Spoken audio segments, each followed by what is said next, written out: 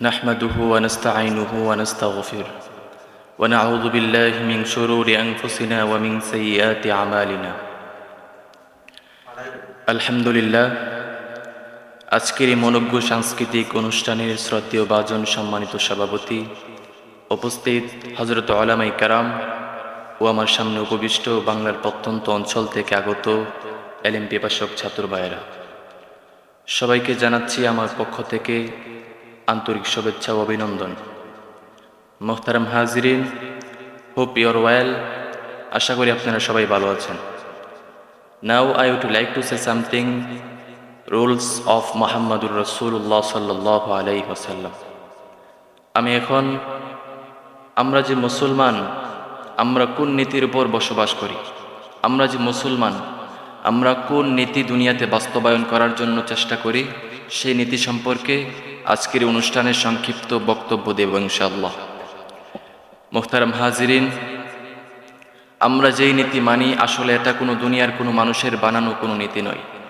আমরা যেই নীতি অনুসরণ করি সেইটা হচ্ছে আমাদের পূর্বসূরি উলামায়ে কেরামদের কাছ থেকে বয়ে আসা সেই নীতি। আমরা আমাদের আল্লাহ পাক রব্বুল আলামিনের সেই বাতাকিত নীতি আমরা দুনিয়াতে বাস্তবায়ন করার জন্য সর্বাত্মক চেষ্টা করে থাকি।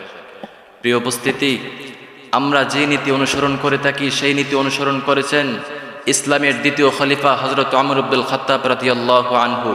আমরা যে নীতি অনুসরণ করেছি সেই নীতি বাস্তবায়ন করার জন্যে আত্মশোধ দুনিয়াতে বিসর্জন করেছেন হযরত খালিদ বিন ওয়ালিদ।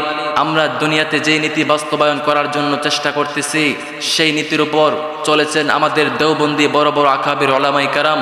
আমরা দুনিয়াতে যে নীতি বাস্তবায়ন করার জন্য চেষ্টা করছি ওই নীতি বাস্তবায়ন করেছেন খোলাফায়ে রাশিদিন, ওই নীতি বাস্তবায়ন করেছেন তাবিঈ, ওই নীতি বাস্তবায়ন করেছেন তাবিঈ, ওই নীতি বাস্তবায়ন করেছেন আমাদের সেই আইম্মাতুল মুস্তাহিদিন।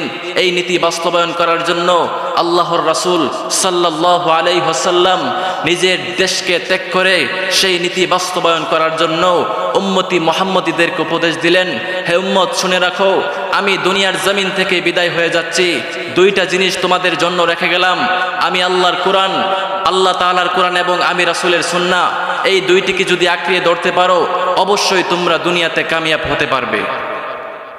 মুহতারাম হাজিরিন, ওই নীতি বাস্তবায়ন করার জন্য আমরা উলামায়ে কেরাম দুনিয়াতে সর্বাত্মক চেষ্টা করি এবং আমাদের জীবনকে বিসর্জন করার উদ্যোগ নিচ্ছি। প্রিয় উপস্থিতি, অনেকে আমাদের উলামায়ে কেরামদেরকে বলে থাকে they don't know about politics properly, যে আমরা নাকি পলিটিক্স সম্পর্কে কিছুই বুঝি না।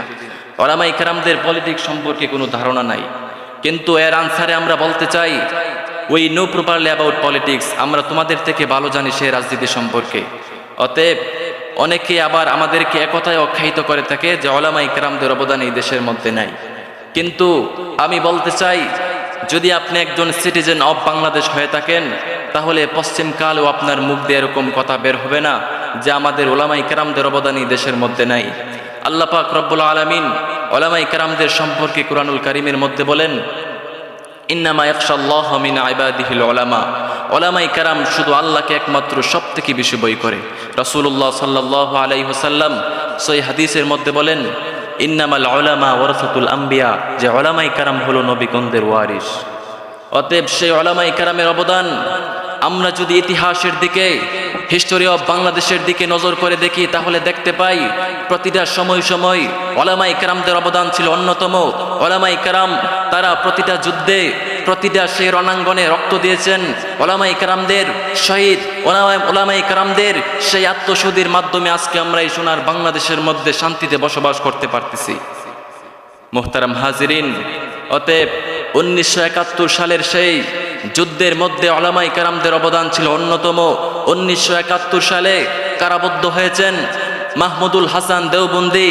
শুধু তাই না, হাফেজ জামিন শহীদ একজন আলেম, ইসলামের জন্য রক্ত দিয়েছে। সিফাই বিন তুহাইদ ইসলামের জন্য রক্ত দিয়েছে।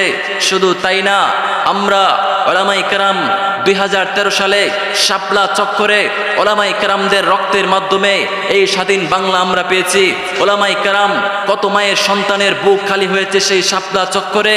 2013 সালের সেই রাত্রের ইতিহাসের দিকে যখন আমরা আমাদের দৃষ্টি অবলোকন করি, তখন আমরা দেখতে পাই কত মায়ের সন্তানের বুক খালি হয়েছে সেই রণাঙ্গনে। কত মায়ের বুক থেকে তার কলিজার টুকরা সন্তান আলাদা হয়ে গিয়েছে। অতএব সেই আন্দোলনের মধ্যে একটা নাস্তিক অংশগ্রহণ করে নাই। মুহতারাম হাজিরিন, এই ছিল আমাদের সেই অবদান। এই অবদান থাকার পরও যারা বলে আমাদের অবদান এই দেশের মধ্যে নাই, আমরা এই দেশের মধ্যে বারাটিয়া বসবাস করি, মালিকানা সূত্রে নই, আমি তাদেরকে বলতে চাই আসলে তুমি এদেশের সিটিজেন অফ বাংলাদেশ হতে পারো না। মুহতারাম হাজিরিন, অতএব আমি কোনো দলের পক্ষে কিংবা কোনো দলের বিপক্ষে এই কথাগুলো বলতেছি না, একমাত্র কোরআনের স্বার্থে, আল্লাহর স্বার্থে, নবীর স্বার্থে, ইসলামের স্বার্থে এই কথাগুলো বলতেছি। অতএব আমার কথা বলার মাধ্যমে কোন মানুষের বুক পড়লো আর কার বুক জ্বললো সেটা দেখার সময় আমার নাই।